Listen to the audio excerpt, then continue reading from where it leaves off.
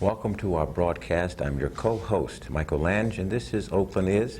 Today joining me is Dr. Barbara Cannon, and we are here to have a wonderful discussion with Ms. Carol Ward Allen.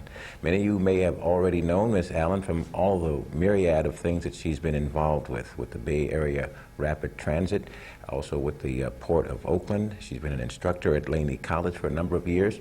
She teaches classes in film, women's studies, African American history. And I want to welcome you to our broadcast. Thank you so much. What a marvelous body of work you've done. Well, thank you. What a pleasure it is to be here with both of you. Right, and as part of the introduction, I'd like to emphasize the fact that in the year 2006, Dr. Carol Ward Allen was elected president of the B.A.R.T board, and the vice president is also an African American woman. Her name is Lynette Sweet, and this happened in 2006. 50 years after Rosa Parks sat on the bus, public transportation. Yes. That ties right in with B.A.R.T. Yeah, and you know, we've come a long way. Well, we start with the Underground Railroad. And now we have the rapid transit. And now we're leading the railroad, so to speak. Yeah, well, that's a marvelous thing. What motivates you in terms of, you know, at the particular time in history where we're still hitting a glass ceiling? I guess you've probably seen that glass ceiling many times. What motivates you? My motivation is people like you who are out there doing it, all the young men and women who are working hard in a program like this, giving and serving the community, the need to continue and our leadership and pass it on to the next generation, and to keep on motivating the young people to want to give back. We have to do that so that we can strive and continue to produce the leaders like our current Mayor Dellums. Yeah, well, we want to certainly get a chance to talk about Dellums, but also briefly, what role does transportation, particularly in the Bay Area, play? Why is it so important? It's so important because the majority of, you know, a large portion of the jobs are in transportation, and we have a rich transportation hub just in the Bay Area. We have all, just the Port of Oakland alone reaches out and provides over 44,000 jobs, direct and indirect. Likewise, B.A.R.T, the similar numbers. You have areas, you know, in transportation, in all areas of it, you know, from working at a desk or running a train or working as a union member, you know, in the labor force. So there are many, many jobs, and, you know, we need to really re-emphasize that in the education system. Well, also, I remember when you were the president of the Port of Oakland, and that was the first time that I think I've ever heard of a woman being in charge of that. And we had you come and speak at Merritt College. And what you did, you provided a vast educational experience that day because you gave a bibliography of books that dealt with the history of African Americans from the very beginning, like with Marcus Garvey, who used to be located in Oakland. Well, and since we're talking about African Americans in politics in Oakland, what have you noticed about people falling asleep at the wheel over the years? I think that what has happened, you know, in a way, the younger generation will not know what's going on unless the older generation engages them and really takes time. Many of us say, oh, we know it already. Well, that doesn't mean anything if you know it and you aren't passing it on to the younger generation.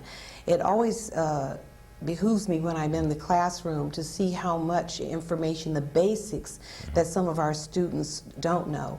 And they feel real bad. They say, my God, here I am, a college student, some of them in their 20s and some much, much older, and they come in there for the first time and learn some basic information. We have to engage them to want to read the newspaper. We have to engage them to want to look at something other than just the videos and the hip-hop videos on TV. And that's not to put hip-hop down, because we have Ice Life, who's an Oakland product, who's very young, very political, and who's doing a fine job.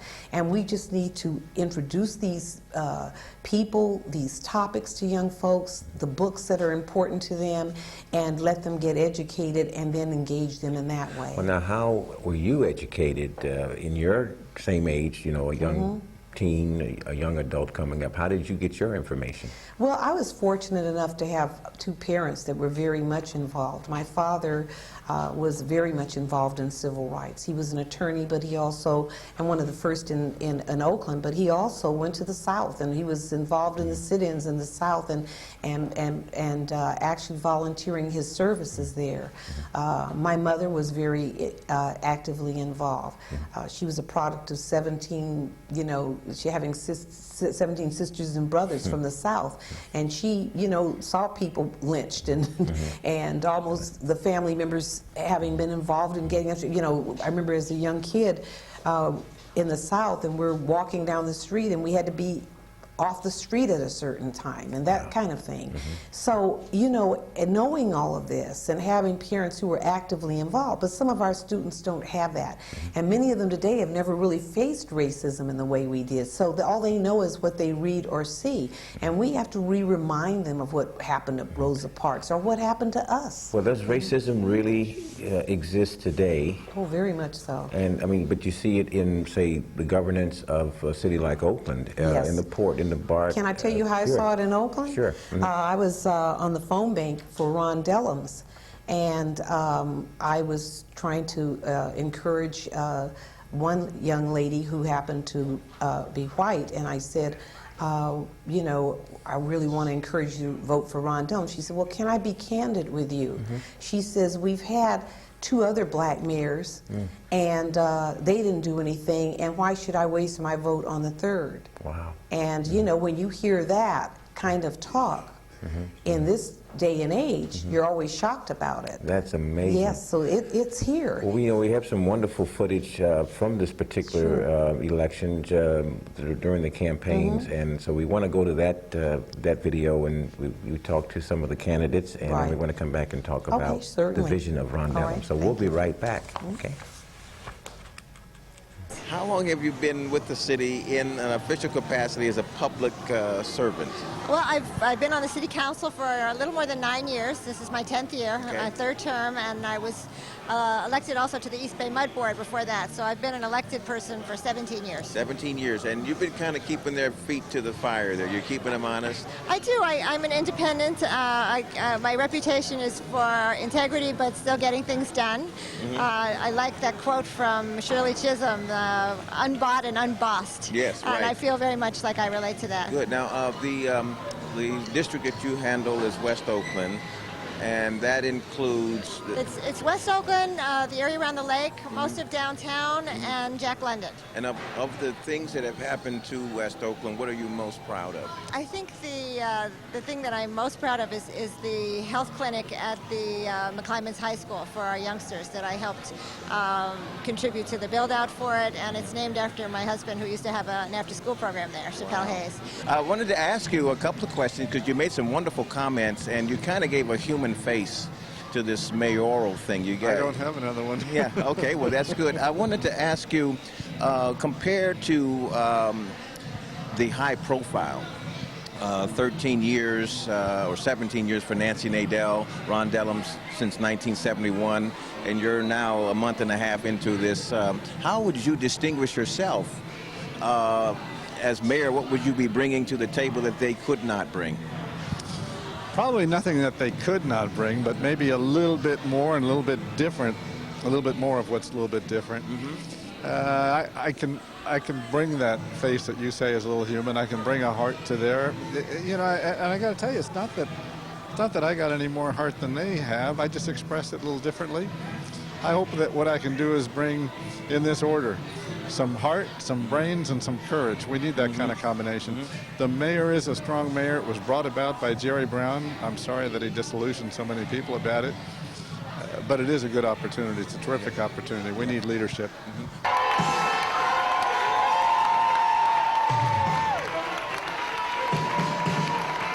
I want to first thank one person. Not been for my wife Cynthia, this moment would not have occurred. I thank this woman. I love her. Tonight, is the first step in a journey to the change of Oakland into the 21st century.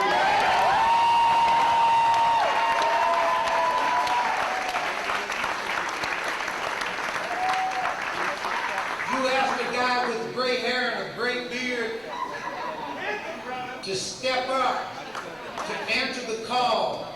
We did. You asked me to paint a vision that would allow you to mobilize across all aspects of this community. You did. We came strong, we came positive, we came clean, and I believe we will be rewarded by the people of this city. We're back. Wow, what a moment of historic importance. Ron Dellum's giving his acceptance speech. I want to ask you, Carol Ward Allen, is this a historic time in Oakland, a revitalization? It's a very historic time. What's so wonderful is Ron Dellums is one of the greatest speakers around. He's a fantastic leader. And what I enjoy about him is he's one of the best listeners. You know, he listens to the people. And I was able to bring many of the young people, get them involved, those that wanted to get involved in his political campaign. And many of them, you know, went the first night. Ron would come over, and what I love about him, he looks in their eyes and he says, I can't tell you how wonderful it is to have you young people working here with me. And when some of them would return, he would remember them and go up and say, you're back again. You know, he makes you want to work with him. Well, he gave his acceptance speech at Laney. Yes, he did. He sure did. He actually said, I am going to run right on our Laney stage. And that was very, very wonderful. But he's a dynamic leader. He believes in the web of inclusion, which I think is very important. And it's like listening to the people and saying, what do you want? And many people don't look at that as leadership, but that is the new leadership. The old paradigm is to lead from the top down. His leadership is from the center out.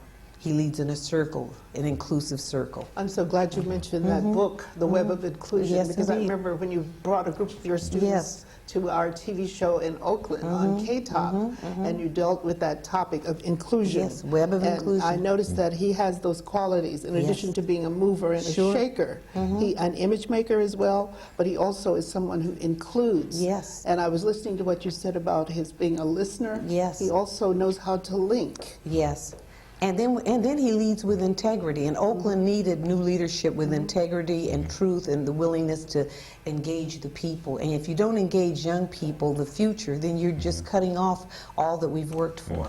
Well, Ron certainly has a wide body of experience, having been a congressman, a former city council member, and certainly he worked for the city of Oakland in the recreation department. And so I guess all of these different elements give Oakland the opportunity to become a model city. Sure.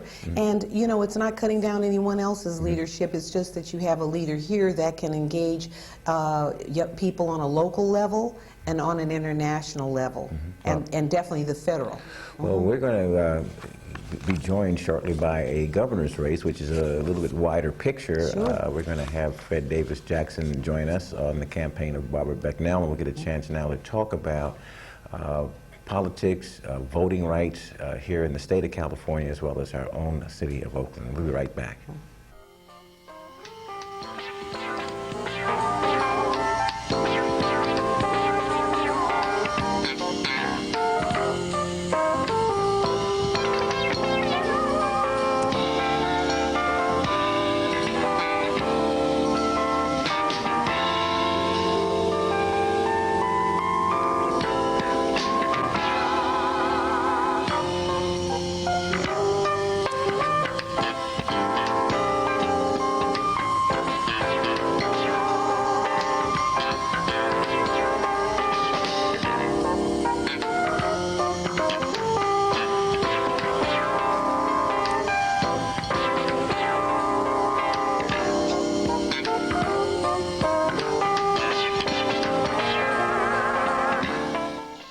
Welcome back to our broadcast. Joining us now is Fred Davis Jackson. He worked in the campaign for governor for Barbara Becknell.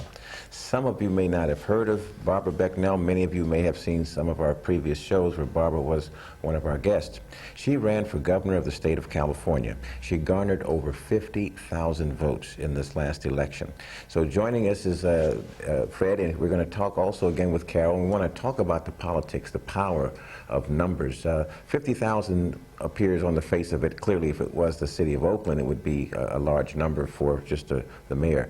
But throughout the state of California, 50,000 is a small number, but yet this was a significant campaign that Barbara ran. Can you talk about that? Yes, you're absolutely right. You know, it was a grassroots campaign. Okay. Sweat equity.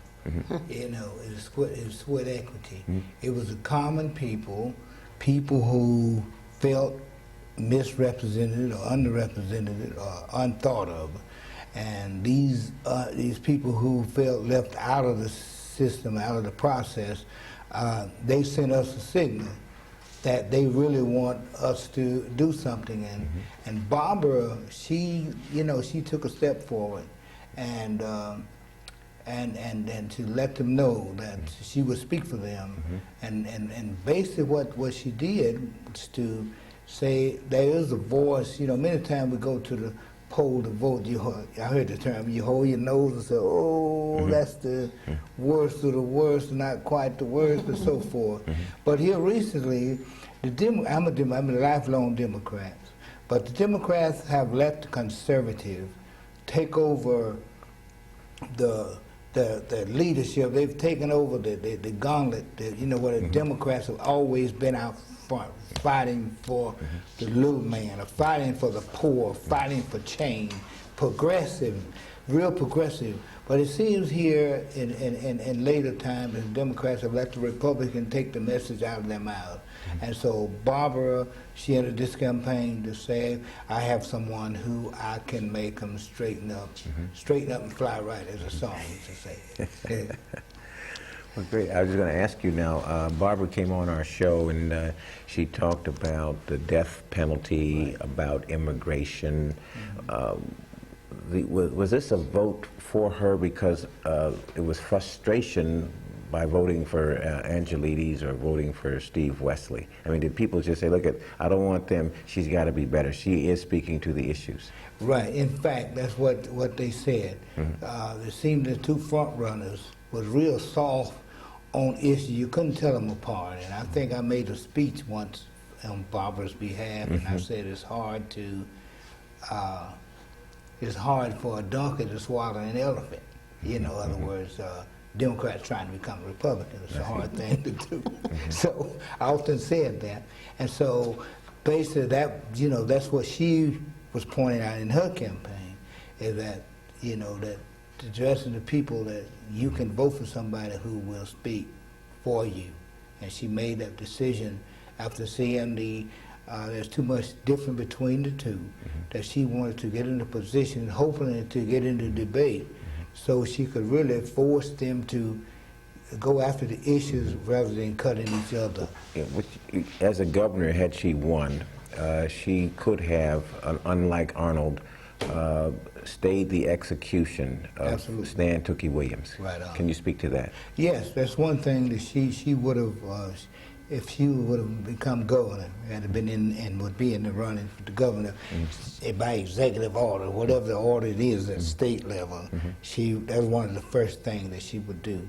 But we know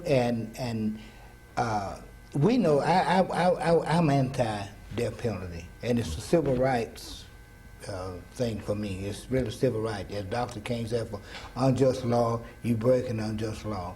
And so we know that the death penalty law is unjust because there's no equity. It's not melted out equally. And so any time a law is not equally melted out, then there's something wrong with it, and you need to either cut it out or let the law straighten up and fly right. Well, this is a test of mankind, man, judging whether or not someone Right. else should live. And of Right. course, there's the spiritual, Right. moral, and ethical Right. issues about how that Right. should be carried out. And being a church member myself, and I can say this, and I can't be called a reprobate or whatever, you know, they can say I'm afraid of coming down on the church.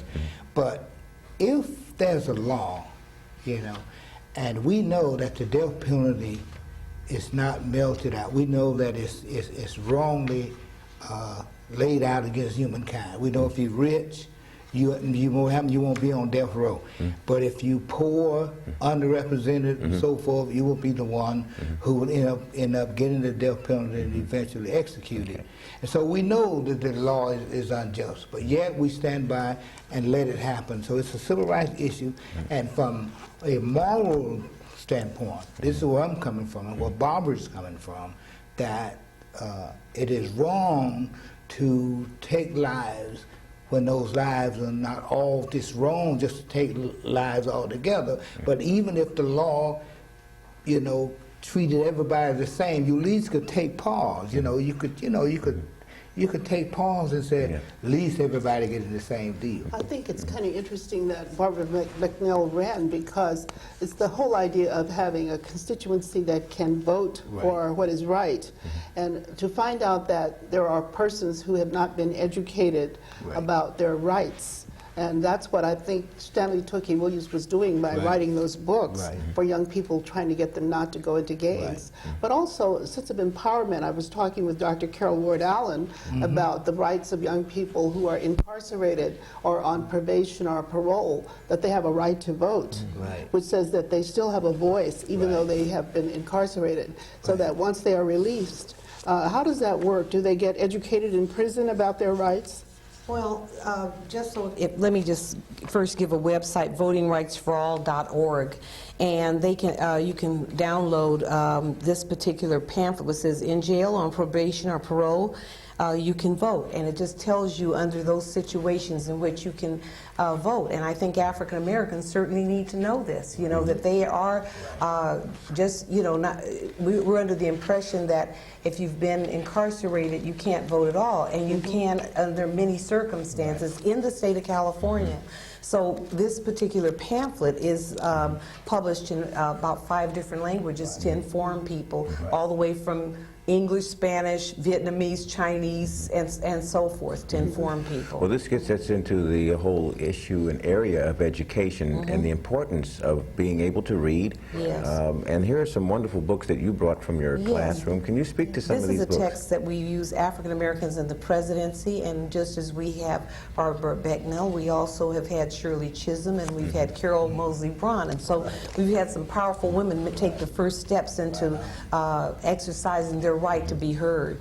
Egypt on the Potomac is an important book by Anthony Browder, which tells us that, you know, politics is, you know, has a lot of secrets, and Egypt on the Potomac is just telling where the power structure has taken Egypt and has incorporated in all their great symbols in Washington, D.C., and we don't know about it. Dirty Little Secrets names the first black man that was governor. He was Hispanic and black. Pico we know Pico. that California, Pico, what's his name? Yeah, Pio Pico. Pico Pico, right. And then, of course, California, Califia, is named after a black Amazon woman. And so we don't aren't even aware of this little bit of information. So information is power, Exactly. and knowledge education is power. and knowledge gives us power, political power and economic power. And this is another book. Yes, Know They're There. It's race, class, and political community in Oakland, and it lets us know that we had a KKK marching through Oakland in 1921, and some of our great mayors were ex-Klansmen, you know, so people need to know that. Our last mayors are the 47, from 44 to 47 were black mayors, with the exception of Brown being in between. And up to that point, they were all Republicans except for the blacks, which were Democrats. So what does all of this tell you, the political landscape? It's telling us that knowledge is power. It's telling us that we have to exercise it, and once we exercise it, like this past election, we got a black mayor in. And that was significant to us, because then we can engage and try to move our city forward for not only a diverse population, but also the black power that we once had. We can recover it and let our young people know that they don't have to just sit out on the streets and give up and go to drugs, but they can embrace this power and change it into economic and green power. One thing that you mentioned earlier on today was that youth want to be included and Definitely. involved. And I've noticed the way that you work with young people and with young adults and other adults in the community. You have an action-oriented approach. I remember when you brought a group of your students to these work with Dellums, and I don't know if you brought him to your class, but I've heard about how you bring guest speakers to your class Yes. to enlighten them. And I have a feeling that has And a he's direct coming. impact. He just doesn't know it yet. Yes. He's coming. Yes. Yes, So try- education, Sure. and especially in African American studies, I think you said it does something for the very soul of the students. It certainly it lets them know that they can be engaged, that these people that are in their life, and that they can touch and feel them, so to Yes. speak, empowered by them. The beauty of Ron Dellums is he listens. My students have seen redemption. We have studied Stanley Tookie Williams. and all of this. And so my point is we let it be hands-on, and we try to incorporate many things, but they have to be engaged. It can't be a teaching and putting people to sleep. It has to wake them up and make them, motivate them to move. Well, what does Barbara Becknell mean to our listening audience and to the students that go to colleges? Are they going to possibly run for office one day? You're trying to motivate them to do that, to think that we need to engage our political governance Most system? definitely. Absolutely, absolutely. And I tell you what, I like to add this, that Barbara, most of her votes were Hispanic votes. She went after Hispanic votes. She wasn't afraid of going to the immigration rallies and talking to the Latino people and said, look, we are connected by a common thread. We in the same boat. And she got that message across. And so from that, we can see that as we all talked about here, the black struggle. There's his black struggle, it's a red struggle, it's a brown struggle, yellow struggle. And so we all, and we can take a lesson from the vote and the ballot box that we can reach people if we just talk about the issue. Well, January 1st will be the opportunity for the new mayor to come into office. It's also similar, I guess, with the governors.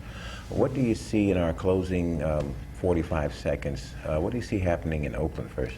Well, I think we can tell young people that Oakland or any politics doesn't have to be that of the status quo, but it can be the change agent for the future and to wake us up and have a brighter tomorrow. Great, thank you. How about for the nation and for the state of California? What do you see? And for the nation, state of California, we can see that we are connected and that we can move people together. And one thing we can see, the fact the way the population, the demographic landscape is changing, that we better learn to live together in peace and perish together as fools. Okay, thank you. And on that, we will close out a wonderful conversation today with Carol Ward Allen and Fred Davis Jackson. I want to thank my co-host, Dr. Barbara Cannon, and we'll see you next time. So long.